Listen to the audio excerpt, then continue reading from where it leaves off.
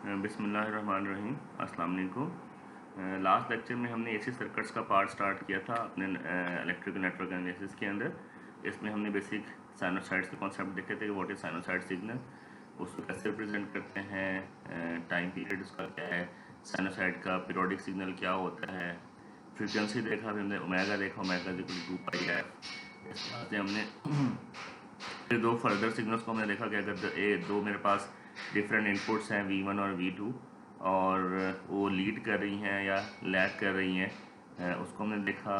Further फिर हमने जो ट्रिग्नोमेट्रिक आइडेंटिटीज़ है साइन और कोसाइन की, उसको हमने देखा साइन और कोसाइन की कि मेरे पास how can I convert sine into cosine, और साइन कोसाइन का रिलेशन आता है मेरे पास, तो how can I write a relation. Further फिर हमने ये एक जो ड्रॉ किया हमने, ग्राफिकल अप्रोच हमने यूज़ की साइनोसाइड को कंपेयर करने के लिए। अच्छा, फिर एग्जांपल भी हमने कर ली थी।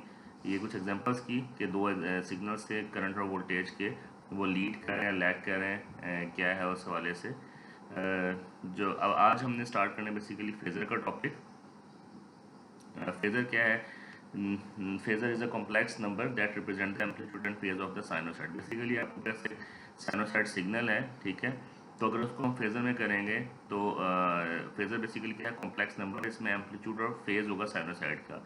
इसमें हम रिप्रेजेंट कर सकते हैं कॉम्प्लेक्स नंबर, आपको पता है कॉम्प्लेक्स नंबर को हम जी कहते हैं, उसको हम लिख सकते हैं रेक्टेंगुलर फॉर्म में x z is equal to x plus y j y. अब बेसिकली x क्या है? x is the real part of the z and y क्या है? y is the imaginary part of the z। जो x और y है basically ये variables हैं। ये बेसिकली टू डायमेंशन में अगर हम किसी वेक्टर को ड्रॉ करते हैं तो मेरे पास जो x और y आ जाएंगे, ये वेरिएबल्स होंगे, और j क्या है? इमेजिनरी है। अगर मैं इसको ड्रॉ, अच्छा, इसको हम जो कॉम्प्लेक्स नंबर है ये उसकी रिप्रेजेंटेशन है इन द रेक्टेंगुलर फॉर्म। अगर मैं कॉम्प्लेक्स नंबर z को लिखता हूँ पोलर या एक्सपोनेंशियल फॉर्म में, तो z will become r will be the magnitude and phi will be the angle. Similarly exponential form में r e की j फाई ये मेरे पास आ जाएगा। This is the polar form, this is the exponential form आ जाएगी इसकी। ऐसी हिस्ट्री है।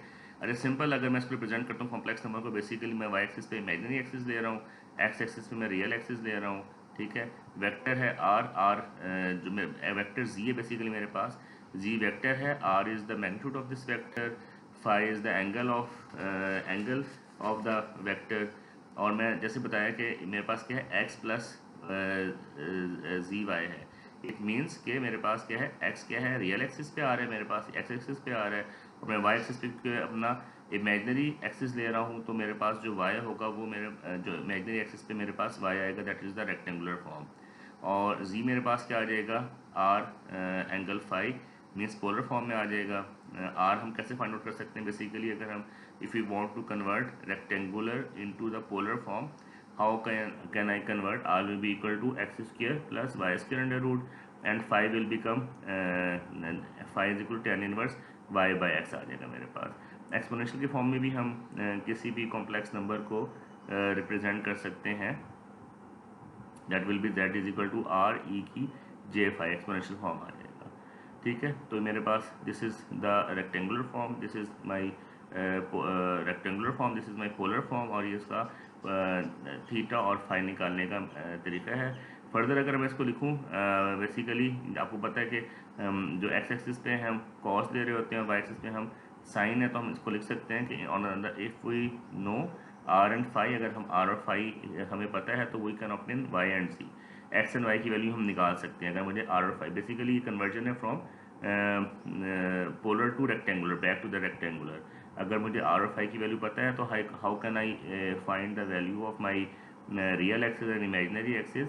एक्स की वैल्यू आ जाएगी आर कॉस फाई, और वाई की वैल्यू आ जाएगी आर साइन फाई, ठीक है। तो हम लिख सकते हैं कि z is equal to any complex number is equal to x plus j y, और पोलर फॉर्म में आर एंगल फाई, और इसको हम लिख देंगे फिर फर्दर लिख सकते हैं आर कॉस फाई प्लस जे साइन फाई, क्योंकि देखें ना मेरे पास एक्स की जगह आर कॉस फाई लिख दिया, वाई की जगह आर साइन फाई लिख दिया, और जे मेरे पास क्या आ गया? जो मेरे पास इमेजिनरी एक्सिस वाई के साथ जो मल्टीप्लाई हो रहा है जे वो आ गया और आर मैंने कॉमन ले लिया। अच्छा, अगर let's suppose I have two vectors और मैं उन्हें वेक्टर्स को या मल्टीप्लाई करना चाह रहा हूँ या डिवाइड करना चाह रहा हूँ या एडिशन सब्ट्रैक्शन करना चाह रहा हूँ, तो मैं क्या करूँगा? बेसिकली अगर हमने एडिशन और सब्ट्रैक्शन करनी है किसी भी कॉम्प्लेक्स नंबर की, तो ये मोर फिजिबल होगा कि अगर हम एडिशन सब्ट्रैक्शन हम करें रेक्टेंगुलर फॉर्म में और मल्टीप्लिकेशन और डिवीजन हम कर दें पोलर फॉर्म में। That will be more convenient कि उसमें हमारी जो कैलकुलेशंस हैं, जो हमारी एडिशन सब्ट्रैक्शन है, वो इजीली हम रेक्टेंगुलर फॉर्म में कर सकते हैं बनस्बत कि हम उसको पोलर फॉर्म में करें। सिमिलरली अगर मेरे पास मल्टीप्लिकेशन और डिवीजन का केस है, तो मल्टीप्लिकेशन और डिवीजन जो है वो इजीली हम पोलर फॉर्म में कर सकते हैं as compare to the rectangular form. Let's suppose that I have two numbers, one is z1 other is z2. I can write x1 plus jy1, इसको पोलर फॉर्म में कन्वर्ट किया r1 angle φ1 और z2 क्या आ गया x2 plus jy2 और angle क्या आ गया इक्वल टू r2 φ2 आ गया। अच्छा, ऑपरेशन हमने करना है एडिशन का ऑपरेशन जब हम करेंगे तो मेरे पास क्या आ जाएगा z1 प्लस z2 आ गया, तो क्या आ जाएगा x1 प्लस x2 प्लस जे कॉमन आ गया y1 प्लस y2 आ गया मेरे पास। ये एडिशन हो जाएगा। मेरे पास दो वेक्टर्स हैं z1 और z2। जब मैं उसको ऐड करूंगा तो मैं उसके रियल पार्ट्स को अलग ऐड कर दूंगा और इमेजिनरी पार्ट को अलग ऐड कर दूंगा, तो रिजल्टेंट जो होगा that will be the addition of two vectors. Subtraction अगर मैंने करनी दो वेक्टर्स की, जैसे बताया कि सब्ट्रैक्शन के लिए भी हम रेक्टेंगुलर फॉर्म यूज़ कर रहे होते हैं। सब्ट्रैक्शन में भी मेरे पास क्या होगा z1 माइनस z2। उसमें हम क्या करेंगे, पहले रियल पार्ट्स को माइनस कर देंगे, x1 माइनस x2 कर देंगे, इमेजिनरी पार्ट को आपस में माइनस कर देंगे, that will become y1 minus y2। Next case is the multiplication of the complex number. अगर कॉम्प्लेक्स नंबर को हम मल्टीप्लाई करना चाहेंगे तो that will B multiplication division के लिए हम क्या करते हैं, रेक्टेंगुलर फॉर्म की जगह हम पोलर फॉर्म को प्रेफर करते हैं, क्योंकि उससे बेटर परफॉर्म क्योंकि इससे बेटर हम इजीली कैलकुलेशन हम कर सकते हैं। मल्टीप्लिकेशन के लिए हम z1 इंटू z2 मल्टीप्लाई करना है, तो मेरे पास मैग्नीट्यूड मल्टीप्लाई हो जाएंगे और एंगल क्या हो जाएंगे मेरे पास ऐड हो जाएंगे। और अगर मैं डिवाइड करना चाहता हूँ दो कॉम्प्लेक्स नंबर्स को, तो मैं क्या आ जाएगा z1 ओवर z2 इसके इक्वल होगा। मैं मैग्नीट्यूड्स जो उनके होंगे r1 को डिवाइड कर दूंगा r2 पे और जो एंगल्स हैं वो माइनस हो जाएंगे। ठीक है, अब इसको मैं दोबारा रिपीट कर दूंगा। मल्टीप्लिकेशन में मैग्नीट्यूड मल्टीप्लाई होंगे, एंगल्स जमा होंगे। डिवीजन में मैग्नीट्यूड्स डिवाइड होंगे और एंगल्स क्या होंगे, माइनस होंगे। अच्छा, व्हाट अबाउट द रेसिप्रोकल? अगर मैं किसी भी कॉम्प्लेक्स नंबर का रेसिप्रोकल फाइंड करना चाह रहा हूँ 1 over z, that will become 1 over z is equal to 1 over r angle -5 की मेरे बेसिकली जो मेरे पास मैग्नीट्यूड होगा वो 1 ओवर r आगे फॉर्म में आ जाएगा, रेसिप्रोकल की फॉर्म में आ जाएगा, और जो एंगल है वो मेरे पास किसमें आ जाएगा, -5 या नेगेटिव पे आ जाएगा। स्क्वायर रूट अगर हम निकालना चाहें किसी भी कॉम्प्लेक्स नंबर का, तो उस स्क्वायर रूट करने का मेथड ये है कि मेरे पास जो मैग्नीट्यूड होगा कॉम्प्लेक्स नंबर का उसका मैं अंडर रूट ले लूँगा और जो एंगल होगा उसको 5 डिवाइडेड बाय 2 कर दूँगा, मैं कर दूँगा। कॉम्प्लेक्स नंबर का कॉम्प्लेक्स कॉन्जुगेट अगर लेना चाहें, कॉम्प्लेक्स कॉन्जुगेट सिंपल है कि जैसे मेरे पास कॉम्प्लेक्स नंबर है x प्लस जे वाई, जब उसका कॉम्प्लेक्स कॉन्जुगेट लेंगे that will become x minus j y. Means के रियल पार्ट के साथ साइन चेंज नहीं होगा, इमेजिनरी पार्ट के साथ साइन चेंज हो जाएगा। सिमिलर द केस के अगर मैं उसको पोलर फॉर्म में लिखना चाहूँ तो मेरे पास क्या रहेगा, r एंगल -5 आ जाएगा। मीन्स के मैग्नीट्यूड उसका सेम रहेगा और एंगल के साथ माइनस का साइन आ जाएगा। और अगर मैं इसको एक्सपोनेंशियल में लिखना चाहूँ तो एक्सपोनेंशियल में जो एक्सपोनेंशियल की पावर है वो -j5 हो जाएगी, क्योंकि पहले फॉर्म क्या थी, r e की j5 थी, अब क्या आ जाएगा r e की -j5 आ जाएगी। These are the basic concepts. अच्छा, इसमें एक और दिया गया फ्रॉम इक्वेशन 9.18e, जो मेरे पास e इससे निकालते हैं 1 ओवर z, क्योंकि मेरे अच्छा बेसिकली हमारे पास अगर जो इमेजिनरी पार्ट है, इमेजिनरी पार्ट जो मेरे पास आपको पता है कि जो j होता है j इज इक्वल टू -√1 के इक्वल होता है। ठीक है, तो अगर मैं इसका रेसिप्रोकल लूँ तो क्या करूँगा, बेसिकली हम ऐसे करते हैं कि j से मल्टीप्लाई और डिवाइड कर देंगे। अब ऊपर जब मल्टीप्लाई करेंगे तो j आ जाएगा, नीचे क्या आ जाएगा, j इंटू जे स्क्वायर बन जाएगा, और j square is equal to आपको पता है जो स्क्वायर है वो अंडर रूट से कैंसिल हो जाता है, माइनस आ जाएगा। तो मैं लिख सकता हूँ 1 over j is equal to -j। Basically these are the basic concepts जो आपको पता होने चाहिए, क्योंकि आगे जब आपके पास AC सर्किट्स हम पढ़ेंगे आपके कॉन्सेप्ट वही यूज़ हो रहे होंगे, नोडल के, मैश के, सुपरपोजिशन के, थेवेनिन नॉर्टन के। लेकिन अब डिफरेंस क्या होगा, पहले आपके पास कांस्टेंट DC इनपुट थी, अब आपके पास जो इनपुट होगी, जो जब सोर्स वोल्टेज होगा वो DC नहीं AC होगा। तो AC वोल्टेज को फिर जब अगर आप जब उसमें साइन को साइन की टर्म्स आएंगी, ठीक है, तो साइन को साइन को टर्म्स को आप कैसे हैंडल करेंगे, पहले आप क्या करेंगे, उनकी कन्वर्ट करेंगे from rectangular to polar form में कन्वर्ट करेंगे। आप उसको कहते हैं कि जैसे मेरे पास 2 cos omega t plus five है, ठीक है, फाइव इज द एंगल, ठीक है, तो आप उसको पोलर फॉर्म में कन्वर्ट करेंगे। जब आप नेटवर्क की इक्वेशन लिखेंगे नोडल या मैश की फॉर्म में, तो नोडल मैश की फॉर्म में इक्वेशन लिखेंगे तो वो लिखेंगे रेक्टेंगुलर फॉर्म में, फिर इक्वेशन उसी पैटर्न में हम लिखेंगे जैसे नॉर्मल हम लिख रहे होते हैं, और फर्दर फिर कैलकुलेशंस हम इजीली हम कर सकते हैं। तो basically these are the background या बेसिक कॉन्सेप्ट जो आप एक्सपोनेंशियल और फेजर और रेक्टेंगुलर के हैं, जो आपको पता होने चाहिए, ये आगे भी यूज़ होंगे आपके। सिमिलरली जो मेरे पास E की प्लस माइनस J5 है, that is the Euler identity, और आइलर आइडेंटिटी को जब हम कन्वर्ट करेंगे that will become cos 5 plus minus J sin 5 बन जाएगा। तो इसमें हम देख रहे हैं कि मेरे पास जो cos 5 है that is equal to the real part and sin 5 is the imaginary part. तो हम लिख सकते हैं कि cos 5 is equal real part of the E की J5 और sin 5 is the imaginary part of this E की माइनस प्लस माइनस J5 का मेरे पास क्या है, ये इमेजिनरी पार्ट है।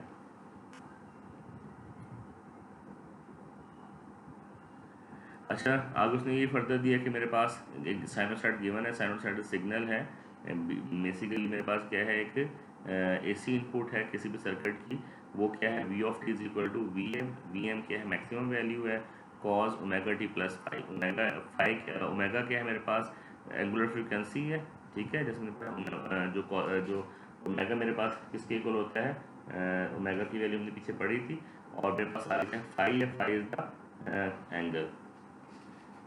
इसको फिर हम रेक्टेंगुलर फॉर्म में लिख सकते हैं। अगर मैं इसको रेक्टेंगुलर में कन्वर्ट करूँगा, अगर मैं इसको रेक्टेंगुलर में कन्वर्ट करूँगा that will become VM angle 5। Basically VM is the maximum value, omega is the angular frequency, और एंगुलर फ्रीक्वेंसी की वैल्यू क्या आती है 2πf, ठीक है, omega is equal to 2πf है मेरे पास, T इज़ द टाइम और 5 इज़ द एंगल। तो अगर ये मेरे पास जो इनपुट सिग्नल है, if I want to represent this input signal into the polar form, तो क्या बनेगा, V is equal to VM E की J5, ठीक है, और या that will be equal to VM means जो मैक्सिमम उसकी पीक वैल्यू है, और एंगल क्या बन जाएगा, दैट विल द मैग्नीट्यूड या R आ जाएगा, that will be equal to R, और एंगल 5 यहाँ पर आ जाएगा। तो हम किसी भी साइनोसाइडल सिग्नल को रिप्रेजेंट कर सकते हैं इन पोलर फॉर्म, जैसा बताया गया जो सर्किट्स होंगे उसमें हम यही कर रहे होंगे। अच्छा, आगे उसने यही चीज़ बताई है कि मेरे पास एंगल किस लिहाज से मूव कर रहा है, कि लेट्स सपोज मेरे पास साइनोसाइडल सिग्नल है, तो ये इसका स्टार्टिंग पॉइंट है, ये इसका रियल एक्सिस पे आ गया, रियल टू इमेजिनरी मूव कर रहा है, रोटेशन ऑफ ओमेगा रेडियन पर सेकेंड है, ये टाइम मेरे पास T0 पे आ गया, बेसिकली ये टाइम T0 है, इसको हमने प्लॉट किया है। बेसिकली है क्या, जो A है वो है साइन और रोटेटिंग काउंटर क्लॉकवाइज, और B फिगर के it's projection on the real axis, कि बेसिकली जो साइन का वेव जो है या साइन जो मूव कर रहा है काउंटर क्लॉकवाइज, और उसकी प्रोजेक्शन है ये हमने ड्रॉ की है इन द टाइम डोमेन। अच्छा, ये वही है कि बेसिकली जो मेरे पास जो मैं सिग्नल लिख रहा हूँ, V of t is equal to VM cos omega t plus 5, basically this is the time domain representation of my signal, और मैं जब उसको कन्वर्ट करता हूँ इनटू द फेजर डोमेन, तो मैं इसको कैसे करता हूँ कि बेसिकली फेजर में क्या करते हैं, R एंगल 5 होता है, तो क्या रहेगा VM R जो मैक्सिमम वैल्यू है और 5 का एंगल आ जाएगा। इसलिए हमसे बताया गया for example V is equal to VM sin 5 और I is equal to IM angle minus theta और ग्राफिकली रिप्रेजेंटेड, ये वही चीज़ बताई गई है। अच्छा, ये लीड और लैग का कॉन्सेप्ट दिया गया कि फेजर में किस लिहाज से लीड और लैग का रखेगा, मेरे रियल एक्सिस से एंगल अपवर्ड जा रहा है तो लीडिंग डायरेक्शन होगी, और लैगिंग डायरेक्शन क्या होगी अगर मेरे पास एंगल किस में आ रहे हैं माइनस, जैसे यहाँ इसने क्या लिखा था, V is equal to VM angle 5, मेरे पास क्या है, इट मीन्स कि मेरे पास एंगल जो है वो रियल एक्सिस से एंड काउंटर क्लॉकवाइज साइड पे एंगल मेरे पास बन रहा है। तो मेरे पास क्या है, वी एम एंगल फाई, और जो आई है आई एम माइनस थीटा है। तो माइनस थीटा मेरे पास कहाँ आ जाएगा,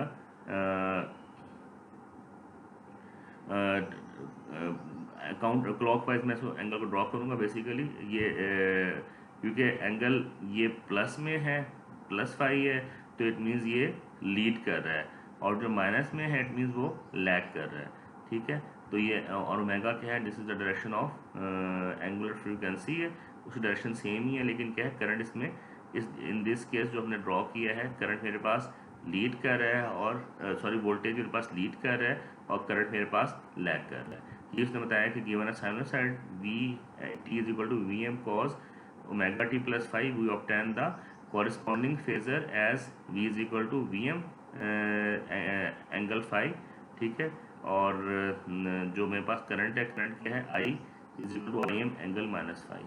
अच्छा, ये बेसिकली टेबल 9.1 है। टेबल 9.1 में उसने क्या बताया कि आपके पास टाइम डोमेन रिप्रेजेंटेशन को उसने कन्वर्ट किया इनटू द फेज डोमेन में कन्वर्ट किया उसने। ठीक है, अब देखें मेरे पास कॉज क्या है, v m cos omega T plus five है, इसको मैंने फेज में कन्वर्ट कर दिया v m is the peak value, और एंगल क्या आ गया, फाइव आ गया। ठीक है, दूसरा मेरे पास क्या था, v M sine omega T plus five था। तो मेरे पास क्योंकि ये कॉज में है, हम कॉज में कर रहे हैं, फ्रॉम रियल एक्सिस कर रहे हैं इसको मैयर, तो जब इसको साइन में लिखेंगे तो मेरे पास क्या रहेगा, फाइव माइनस 90 आ जाएगा। सिमिलरली करंट के केस में ये होगा, जब कॉज में होगा तो आई एम एंगल थीटा आ जाएगा, और जो मेरे पास अगर साइन में होगा तो मेरे पास I M theta minus five आ जाएगा।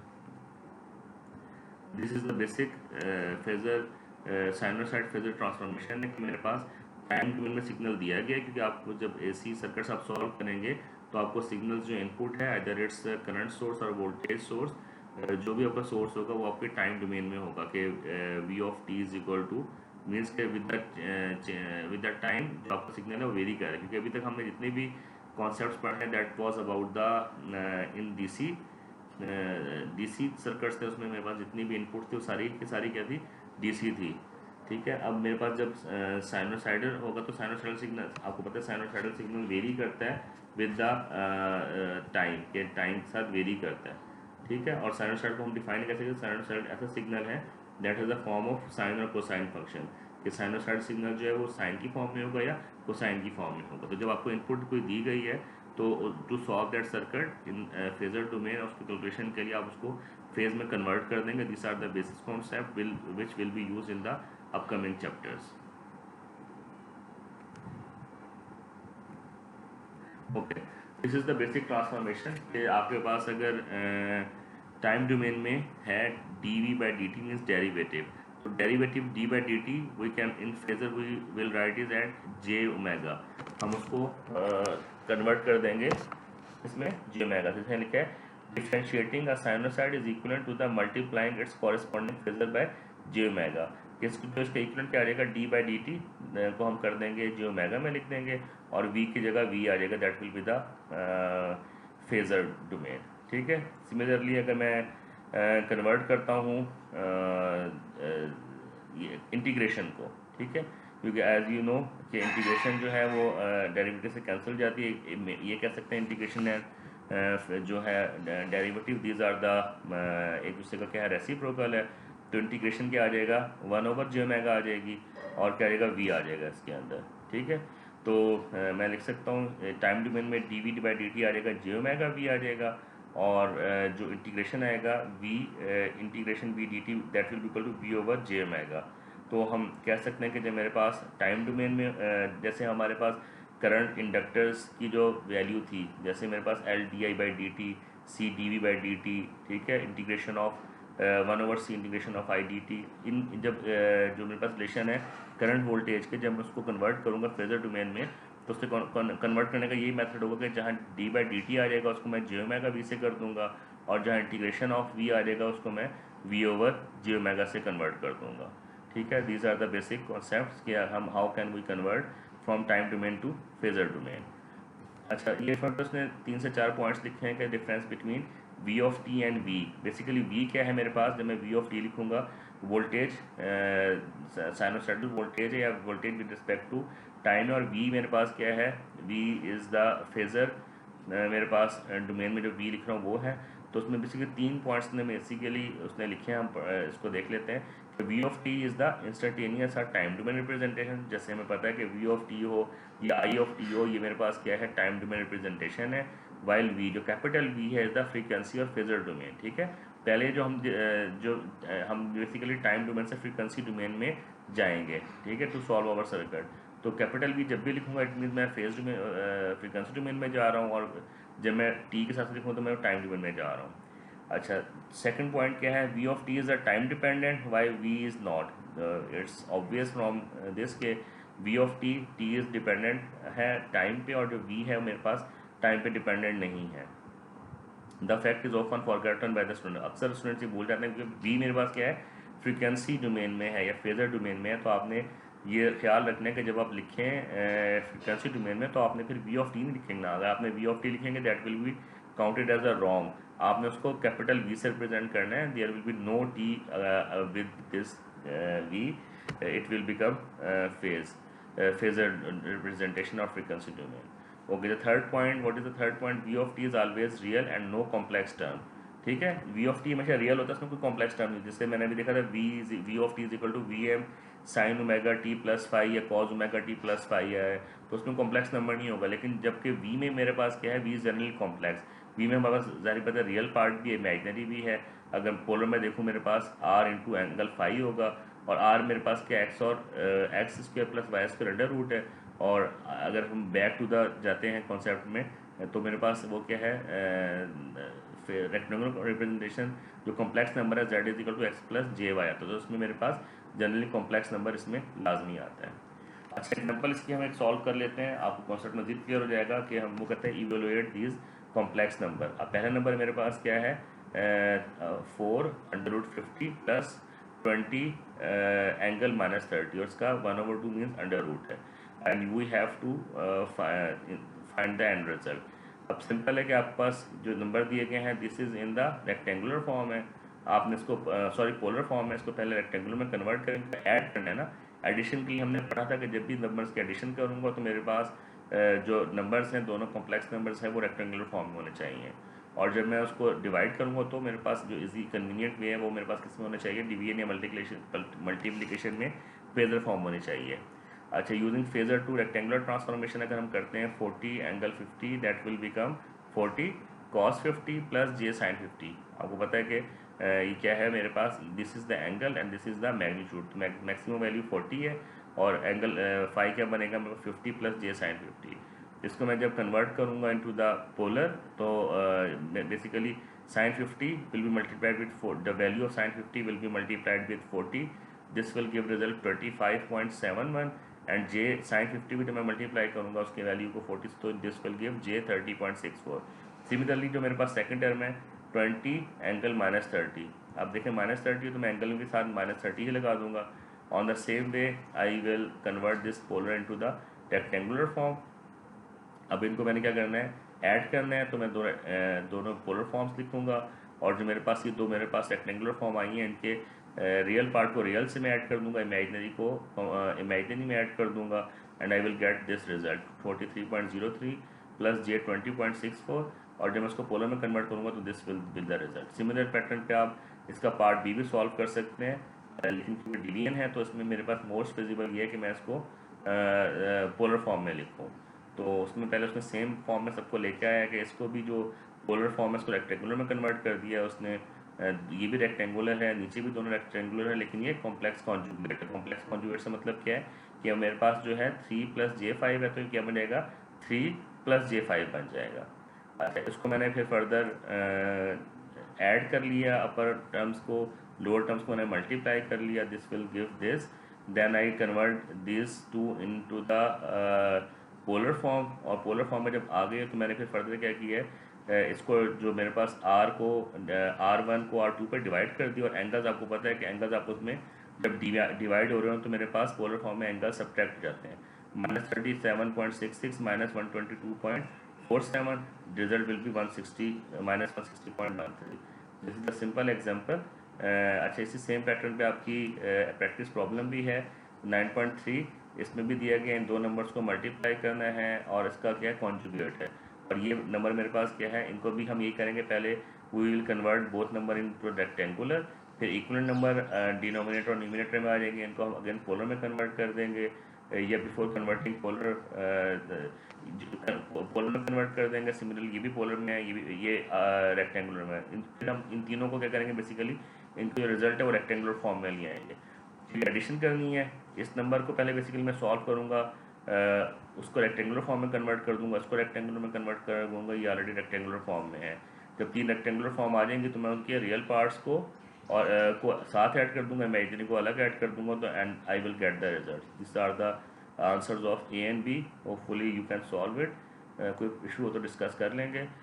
ठीक है स्टूडेंट्स, आज के लेक्चर के लिए इतना ही काफ़ी था। इंशाल्लाह नेक्स्ट लेक्चर में हम एग्जाम्पल 9.4 से फर्दर प्रोसीड करेंगे। थैंक यू, अस्सलाम वालेकुम।